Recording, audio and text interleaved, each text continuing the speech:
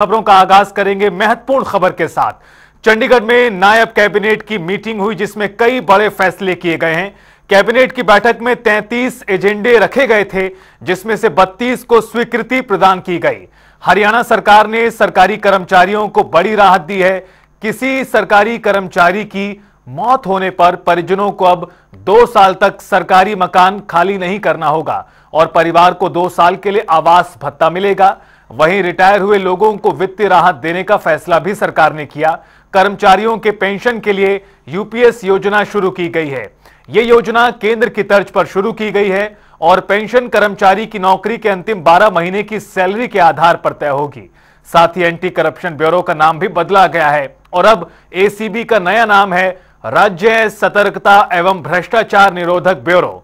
इसके अलावा कैबिनेट ने एचसीएस अधिकारी अश्विनी कुमार को जबरन रिटायर करने का फैसला किया।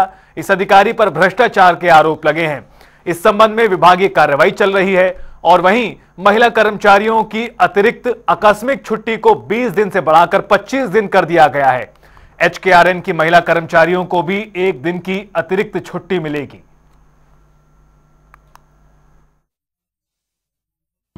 भ्रष्टाचार निरोधक ब्यूरो जो एंटी करप्शन ब्यूरो का नाम बदलकर राज्य सतर्कता एवं भ्रष्टाचार निरोधक ब्यूरो हरियाणा किया गया है, उसको मंजूरी दी गई है। भूमि खरीद नीति है।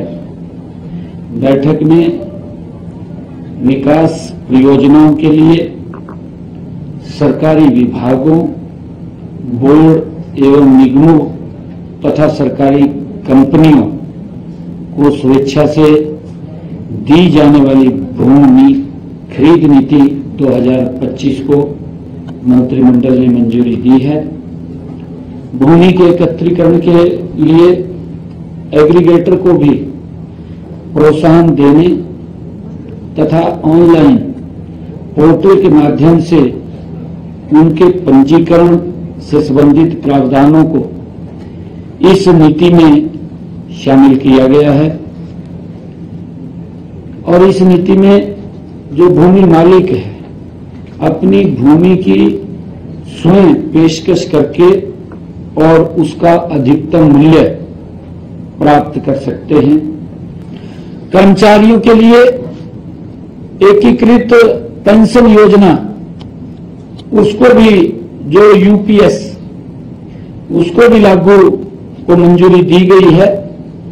हरियाणा के कर्मचारी जो वर्तमान में न्यू पेंशन स्कीम में शामिल हैं, उनको भारत सरकार की तर्ज पर यूपीएस का भी ऑप्शन देने का फैसला मंत्रिमंडल ने किया है। यह एक ऐतिहासिक कदम है और यह योजना 1 अगस्त 2025 से ये प्रभावी होगी। यूपीएस में सेवानिवृत्ति के समय आखिरी के 12 महीने के औसत वेतन का 50% पेंशन मिलेगी। जो हमारी महिला कर्मचारियों को जो अतिरिक्त अवकाश का लाभ देने की मैंने अंतर्राष्ट्रीय महिला दिवस के अवसर पर पंचकुला में यह घोषणा की थी कि महिला कर्मचारियों के लिए आकस्मिक अवकाश बढ़ाए जाएंगे।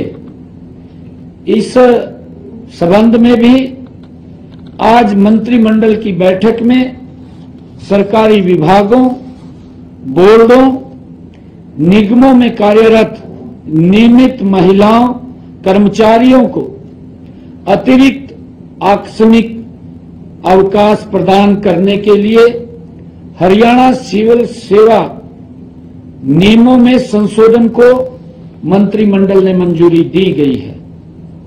अब सभी नियमित महिला कर्मचारियों को वर्ष में पहले 20 अवकाश मिलते थे, अब उनको 25 आकस्मिक अवकाश मिलेंगे।